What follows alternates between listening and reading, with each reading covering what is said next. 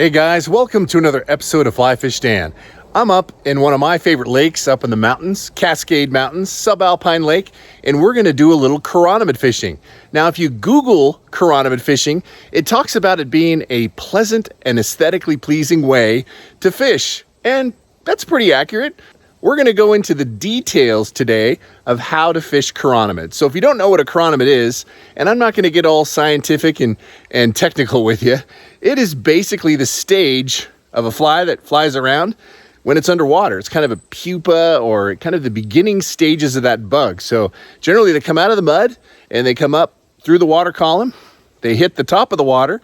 They start to climb out of their shell and fly away. Typically, when you're chironomid fishing, you're either fishing these chironomids down below the surface at any given level, and you have to experiment to find out where the fish are eating and where these chironomids might be sitting, or they may be on top. So there are chironomids that have kind of a floating head that brings it to the top, so it's like pre-emerging. So there's a couple of ways to do it, but today we're going to be under an indicator, and we're also going to be using another main fly with the chironomid as the dropper. So we'll talk a little about it, and I'll demonstrate, and hopefully we'll catch a fish with a chironomid.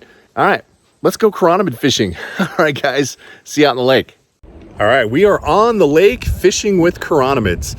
So let's take a look at my setup. So what I have on my rod is I have a large green snow cone chironomid, and I chose that mostly because that's what's worked in the past on this particular lake. I've also looked at casings that are floating around, and that is what I think closely matches what's happening right now with the hatch.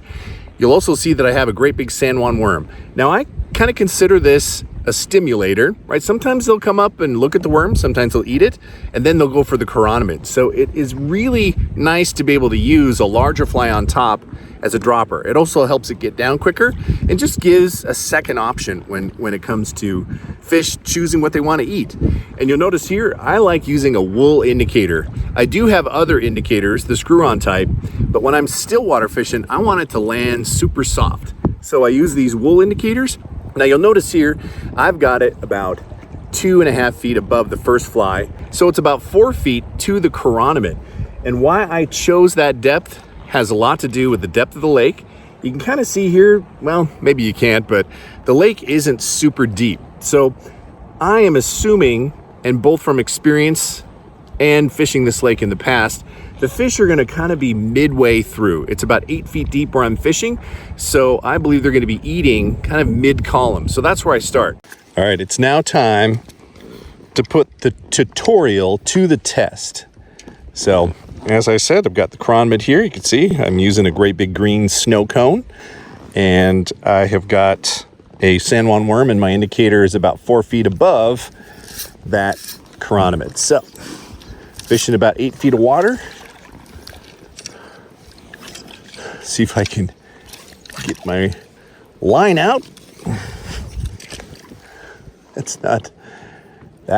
not frustrating at all. There we go. We are in business.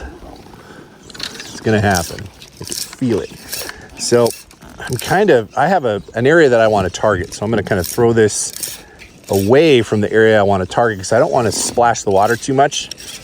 And that's just kind of my personal preference, right? I don't want to do too much here. Now there's a way to fish chironomids as well. All right, so now you can see my indicator out there, right? With my left hand, I'm gonna slowly finger roll this thing back and then stop.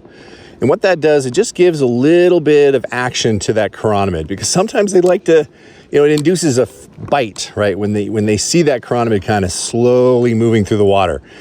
So I wait for it to sink. I give it a minute.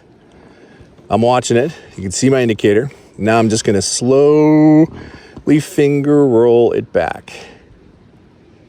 Slowly finger roll, and hopefully that thing's just gonna go down. There we go. Did you see that start to move? It just started to move, and I know there's a fish down below. So there you go. And now we're gonna see, did he take the worm? Yeah, he took the chironomid. There you go. I think it's probably a brook trout. Come on, buddy. Yes, nice brook. Beautiful little brook. Nice. All right, if he just calms down just for a second. You'll see that he's got it right in his nose. All right, she's unhooked. And just like that, you've successfully caught a nice brook trout chironomid fishing. Sweet. All right, guys, well, I hope that helps you the next time you get out stillwater fishing and you're either chironomid fishing for the first time or you've been doing it for a little while and just needed a couple of pointers. So that is how you effectively fish chironomids in stillwater. All right, everybody, hope that helped. Till the next time, fish on.